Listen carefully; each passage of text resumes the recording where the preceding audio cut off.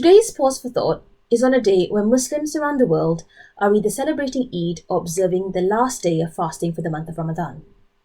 In the Holy Quran, God says, "O you who believe, fasting is prescribed to you as it was prescribed to those before you, so that you may attain God consciousness."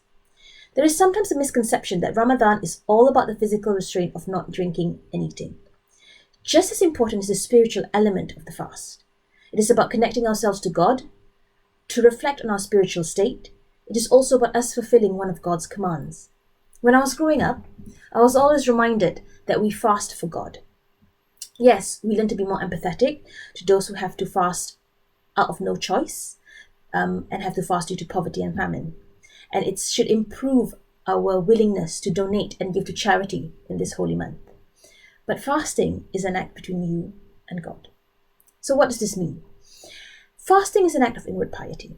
To put it into context, you could make a big show of constantly praying, constantly being generous with your wealth, but when you fast, only God knows whether you're really fasting. You could make a big show of being thirsty and hungry in front of other people, but there's nothing stopping you from when you're at home, behind closed doors, and when you're alone, from eating and drinking when you're meant to be fasting.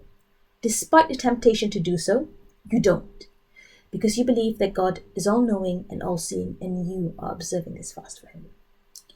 This last month has been a very difficult Ramadan for us all. In addition to not eating or drinking from dawn till sunset, most of us have been staying home and not taken part in the usual communal gatherings of meals with family, friends, and the community. I, for one, have missed being at the meeting house on my weekends and helping serve our Muslim students at the University of South Wales. I can't remember a Ramadan where I've not been part of any gatherings, and it has been difficult, and on some days it can be challenging. But as God says in Surah Al-Inshirah in the Holy Quran, "So verily, with every difficulty there is relief."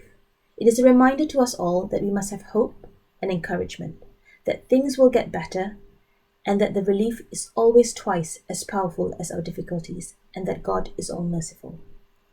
God's blessings outweigh the difficulty, and that when it's sometimes so hard to have that faith, and when you feel like you only have that one tiny atom of faith left in you, hang on to that tiny atom. After all, with every difficulty, there is relief. Thank you.